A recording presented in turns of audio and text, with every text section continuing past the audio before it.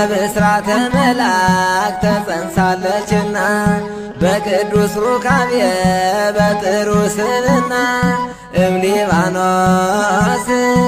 እመብርሃን ተወልዳለችና